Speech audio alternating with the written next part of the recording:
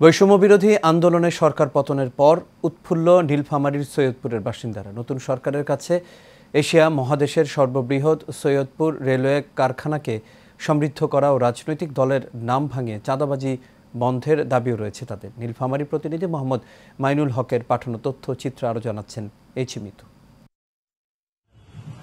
ছাত্র জনতার বৈষম্য বিরোধী আন্দোলনের শহীদদের প্রতি শ্রদ্ধা জানিয়ে এই অন্তর্বর্তীকালীন সরকারের হাত ধরে আগামীতে দেশকে এগিয়ে নিয়ে যেতে চায় নীলফামারীর সৈয়দপুরের নাগরিকরা। রেলের শহরকে বাঁচাতে এশিয়া মহাদেশের সর্ববৃহৎ সৈয়দপুর রেলওয়ে কারখানায় জনবল নিয়োগের দাবি করেছেন অনেকেই। আমরা চাই এই কারখানায় পুনরায় আবার লোক নিয়োগ করে কারখানাটাকে পূর্ণাঙ্গভাবে চালু করা, এইটা আমাদের প্রত্যাশা। তো রেল ব্যবস্থার যথেষ্ট উন্নতি আছে। আমি চাই যে উত্তর অঞ্চলটার সাথে শহীদপুরের যেন সংযোগটা আরো বেশি তাড়াতাড়ি আসে। এতদিন যে আইন বহির্ভূত, নিয়ম বহির্ভূত যে সকল কর্মকাণ্ড সৈয়দপুরে হয়েছে সেগুলোর একটা বিচার হোক।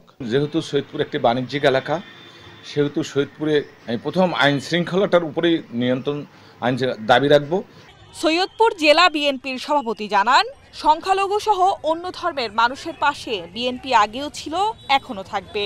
অন্য ধর্ম অবলম্বী সমস্ত সম্প্রদায়কে আশ্বস্ত করেছি যে কোনো মূল্যে আমরা আপনাদের পাশে আছি।